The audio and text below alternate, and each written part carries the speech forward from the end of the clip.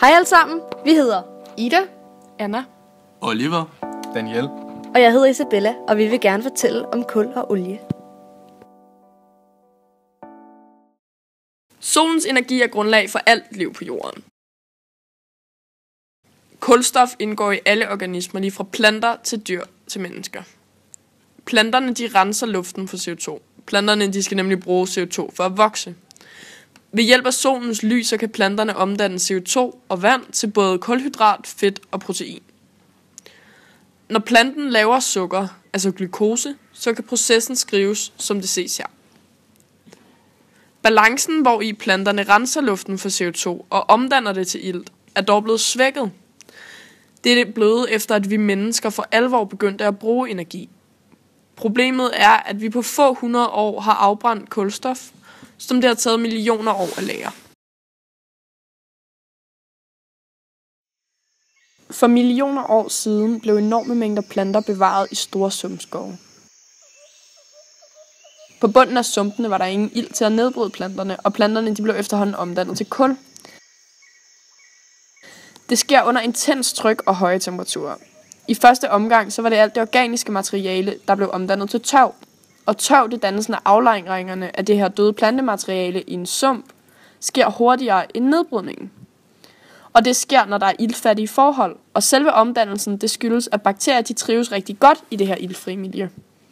Men med tiden så bliver indholdet af vand mindre, og indholdet af kulstof det bliver større. Derudover blev store mængder døde dyr og planter bevaret på havbunden, og på grund af tryk og varme blev de langsomt omdannet til olie. For at der kan dannes olie, så kræver det to ting. For det første så skal organisk materiale begraves i et iltfrit sediment, fordi at hvis der er ilt, så er der nemlig også dyr, og de nedbryder det organiske materiale, og så kommer der ikke nogen olie. For det andet så skal materialet udsættes for både tryk og varme, og det sker ved, at der ligger rigtig meget sediment ovenpå. Kul og olie det er vores mest udbredte energikilde i dag. Det kaldes også for fossil brændstof, og vi bruger det til transport, opvarmning, elproduktion osv. Drivhuseffekten. Når noget brænder, bliver der dannet kuldioxid, altså CO2. Det sker også, når man brænder kul. CO2 det ligger så i et lag rundt om jorden, og laget af CO2 gør, at varmen fra jorden ikke kan slippe væk. Det betyder altså, at jorden langsomt bliver opvarmet mere og mere. Men der er en vigtig ting at huske på. Drivhuseffekten er i sig selv ikke farlig, men det er den forøgede drivhuseffekt.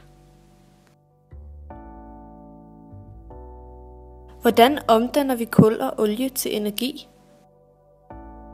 På et kulkraftværk bliver kul brændt af, og dens kemiske energi bliver frigivet og omdannet til termisk energi. Den termiske energi opvarmer en masse vand. Under opvarmningen af vandet er der en masse termisk energi, der går tabt. Når vandet bliver varmet op, skifter det tilstandsform og bliver til damp. Og det stiger opad. Når dampen stiger opad, er det kinetisk energi. Når der er nok af det, der stiger opad, vil det kunne skubbe til et stempel og få et hjul til at køre rundt. Når man har et hjul, der drejer rundt, kan man omdanne den kinetiske energi til elektrisk energi via en generator. I generatoren bliver nogle magneter drejet rundt af den kinetiske energi. Udenom magneterne er der kobberspoler. Kobberspolerne bliver ramt af magnetfelterne, og hver gang det sker, bliver der sendt en elektrisk puls gennem kobbertråden, og man får sådan lavet et flow af elektrisk strøm, når man har mange magneter og spoler. Herfra bliver den elektriske strøm sendt ud i husenes stikkontakter, og jeg kan oplade min iPhone. Olie.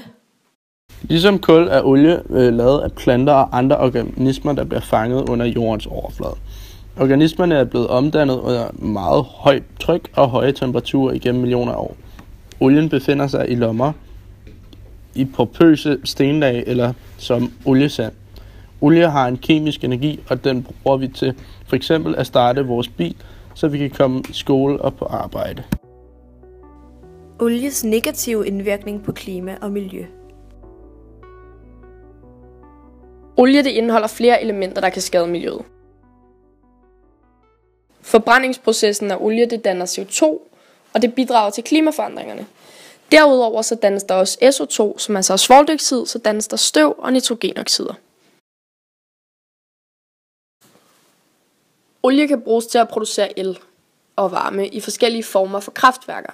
Men olie det bruges ofte kun som brændsel, når andre anlæg har problemer eller ikke kan levere nok energi. Og det kan for eksempel ske på en kold vinterdag, hvor efterspørgslen er rigtig stor. Fra kul og olie til energi. Det er blandt andet stenkul, der forbrændes i et kulkraftværk. Som nævnt har stenkul et stort indhold af kulstof, og derudover indeholder det brint. Når stenkul forbrændes med ilt, bliver produktet CO2, vand og varme. Organisk stof plus O2 er lig med CO2 plus H2O plus varme.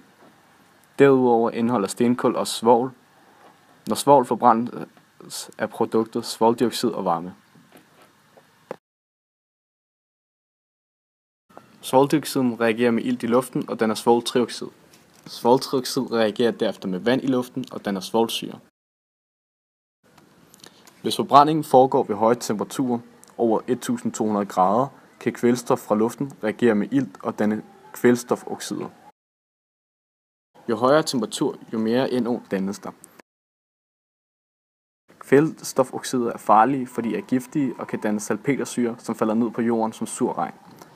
Ved forbrænding af et kul dannes der, hvis røgen ikke renses, 2,4 kg CO2 og 0,019 kg svovldioxid. Kraftværkerne prøver at mindske udslippet ved at rense røgen. I alt produceres der 25 megajoule energi fra 1 kilo kul. Fordele og ulemper ved kul og olie. Fordelene for kul er, at kul generelt er forholdsvis nemt at indsamle, og samtidig så er kul et af verdens billigste energikilder. Ulemperne for kul, det er på den anden side så, at det, når vi brænder kullet af, udleder det en kæmpe mængde CO2, som har indflydelse på den globale opvarmning. Fordelene for olie, det er blandt andet, at det er let antændeligt, og det er et stof, som kan bruges i et forskellige række processer for at skabe energi. Kraftværker, der bruger olie, er mere effektive end andre energikilder. Olie har været en vigtig handelsvare under industrialiseringen af verden og fortsætter med at levere energi til det moderne samfund. Der er derfor bekymring over den faldende udbud af olie, fordi den ikke er vedvarende og svært at genanvende. De fleste lande importerer olie for at opfylde deres energibehov, hvilket gør dem afhængige af eksportører, der kan begrænse oliesalg samt hæve oliepriserne. Men hvordan bliver prisen på olie egentlig bestemt? Her kommer begrebet udbud og efterspørgsel ind i billedet igen. Alle produkter på markedet har en pris. Den pris den er baseret på udbud og efterspørgsel. Altså hvor mange der sælger produktet og hvor mange der vil have produktet. Hvis der er mange som sælger produktet, og der ikke er ret mange der er interesseret i produktet, er prisen lav. Hvis der derimod er få der sælger produktet, men mange der er interesseret i det, så er prisen højere.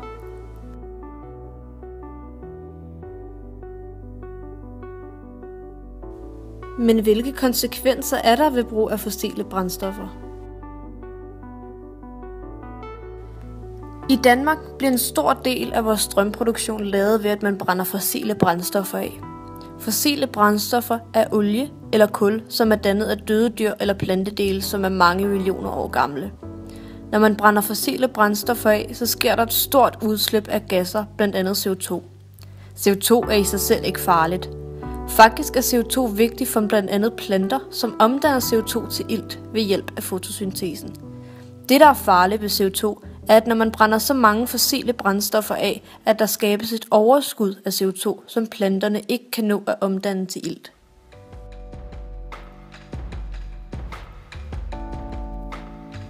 Syreregn. Syreregn er en af konsekvenserne ved afbrænding af f.eks. fossile brændstoffer. Når man f.eks. brænder kul, går CO2 sammen med vandet i luften og danner kulsyre eller H2CO3. Syreregn går især ud over nåletræerne. Den syreregn optages i træet gennem rødderne og igennem bladene, /nålene. Da nåletræerne er grønne hele året, optages der mere af den syreregn i disse træer, end f.eks. løvtræerne, der kun er grønne blade i cirka halvdelen af året. Syreregnen lægger sig på træernes blade og nåle. Efter at den svage syre er fordampet, forbliver noget af syrene fra syreregnen på bladene/nålene. Det gør, at bladenes naturlige voks æster væk, og bladene bliver modtagelige over for svampeangreb. Svampe er en ting, men næste gang det regner, bliver de syrerester, som ikke er blevet optaget i bladet, skyllet ned på jorden. På jorden under træerne er der især i nåleskove blevet målt meget lave pH-værdier, altså meget syreholdig jord. Når syren trænger ned i jordbunden, udvasker syren over nogle år kalk og basiske næringsstoffer, som blandt andet er nødvendige for træers vækst. Syreforholdene i jorden betyder meget for, hvad der kan vokse i skovbunden. De forskellige energiformer, når vi udvinder energi fra kul og olie. Alt energi kommer som tidligere nævnt fra solen. Derfor kommer kullets startenergi i princippet også fra solen. Energiformen, som er i kullet, kaldes kemisk energi. Dette kaldes den, fordi at kullet består af det, vi kalder kemiske kæder. En kemisk kæde er en kæde, der består af kulstofatomer, og den kemiske kæde bruger energi på at holde kæden sammen. Når kullet så bliver brændt, bliver den kæde brudt, og det her skaber en ny form for energi, nemlig varmeenergi, som også er kaldt termisk energi. Tak for opmærksomheden, og vi håber, at du lærte en masse.